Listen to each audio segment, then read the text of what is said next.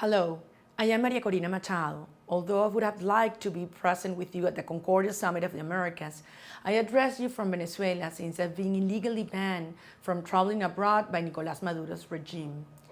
2 years ago, we warned of a looming humanitarian crisis, which prompted many to dismiss our calls for alarm as fatalist and exaggerated.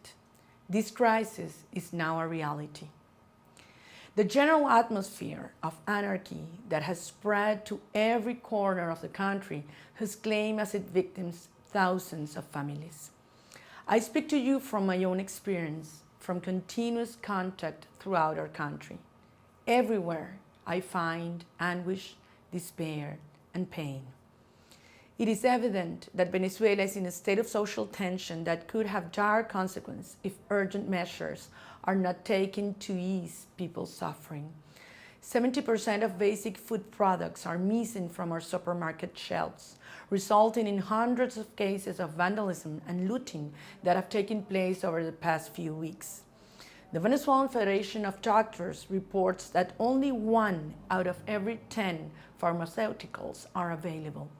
Because of this, many newborn children die only hours after being brought into this world due to infections and lack of clinical supplies.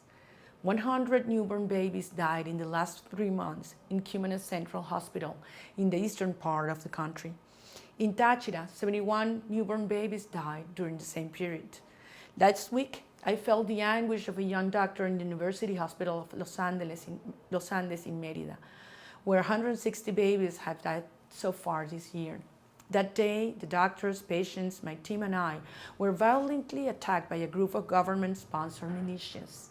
Violent crime in Venezuela has also reached an unparalleled level of bloodshed. Caracas is the most violent city in the world, with 119 murders for every 100,000 inhabitants. Government figures confirmed that at least 74 lynchings have taken place in the first 4 months of 2016. Savage instances in which mobs of neighbors take justice into their own hands by murdering suspected criminals. That dimension of the crisis I've described constitutes a clear and deliberate violation of the right to life. We're facing a military, corrupt, and criminal regime that has decided to block every institutional avenue available for citizens to overcome the worst crisis in the history of our republic. With every passing day, this regime draws further away from any democratic standard, deliberately subjecting our people to hunger and disease as long as a corrupt elite can remain in power. History has left us with painful testimonials of similar examples. We need only remember cases like Rwanda or Zimbabwe to understand that this has to stop. Maduro's staying power is no longer measured in days, but in lives. We stand before a criminal and illegitimate government that has chosen to promote its own collapse. This impending collapse and the disturbing situation that I denounce before you today has degenerated into an internal security crisis that could have severe and profound consequences for the whole region. The international community must understand that what is happening in Venezuela is a global issue. The regime's interests and intentions linked to drug trafficking and international organized crime, terrorism, among others, show the global reach and penetration of mafias that actively undermine democratic institutionality. This is why international pressure has become imperative. It is the duty of all democratic leaders of a region to uphold the tenets of the inter-American system, which has been strongly criticized by the Venezuelan regime.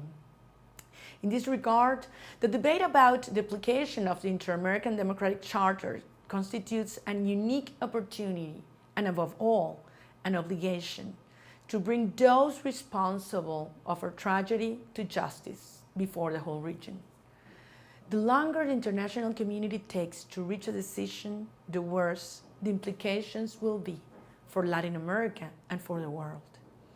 We Venezuelans have had to struggle against this situation for years. We've never surrendered, and we've kept going forward in our fight for democracy. Enduring mockery, insults, repression, and the cruelest actions of a regime that has no recourse but to attack the citizens who have faced up for this unchecked power. We will continue to stand firm in defense of our rights, and we will succeed. Our nation faces a crucial moment, and we are choosing in on the darkest hours of our struggle, which will require the greatest sacrifices to overcome this crisis. There are constitutional mechanisms to end this regime, but none of them should be subject to the manipulation and dilatory tactics that the government knows it needs in order to prevent their activation, as it has done in the past. It is with the strength of our democratic convictions, with people fiercely pressuring and demanding, that our voices will be heard, and this regime will understand that they must go now. For these reasons, we, the people of Venezuela, ratify our every present commitment to reestablishing democracy and freedom in Venezuela, rebuilding institutions, and guaranteeing governance. There is no shortage of talent and will in Venezuela, but we also call upon the international community to understand that this problem concerns all. It requires a responsible, determined engagement of democratic leaders throughout our region. Time is over. My deepest thanks to Concordia, to the Americas Society, and to the Councils of the Americas for this opportunity.